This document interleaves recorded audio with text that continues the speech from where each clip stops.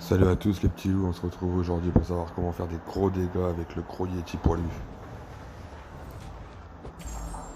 Les dégâts vont surtout dépendre du SP2, mais surtout par rapport au nombre de ruptures sur l'adversaire. Quand le Yeti est en colère de Tanarak, ses dégâts sont augmentés de 50%.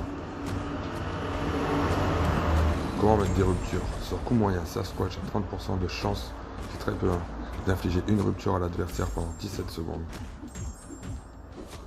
Celle-ci est augmentée à 70% de chance, c'est là qu'on va en profiter pour en mettre le plus possible quand colère de Tanarak est active. Comment on conserve des ruptures? En lançant des SP1. Même si l'adversaire bloque, c'est pas grave, on met un SP1, ça rafraîchit les ruptures et il aura même 20% de chance d'être étourdi. Comment on active la colère de Tanarak? Elle s'active toute seule à n'importe quel moment quand le seuil de rage aura dépassé 5. On sait pas quand. Comment avoir des rages? Déjà il y a 30% de chance d'en avoir une sur les attaques rapides, mais 100% sur la troisième attaque rapide. Rage peut pas se déclencher si on subit un debuff d'amollir et épuisement. Bon, il n'y en a pas beaucoup qui en mettent un, on va pas se le cacher. Et ça se cache, est immu Angélure, brise armure et résiste à 90% de son vague de froid. Sa régénération ne peut pas être inversée. Si elle devrait l'être, elle est simplement supprimée. Sur attaque puissante, il inflige chancellement exactement.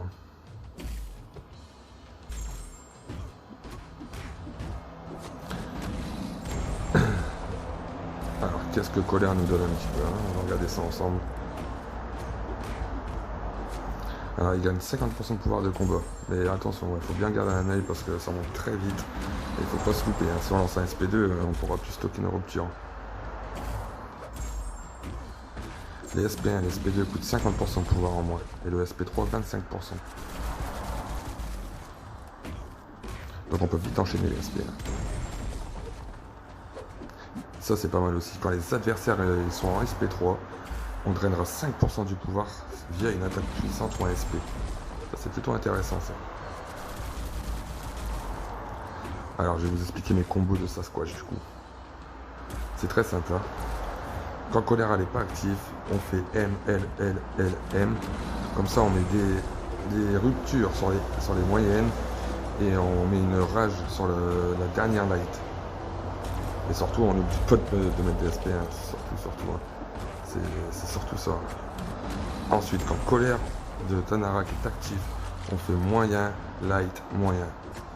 Comme ça on met 2 ruptures par combo.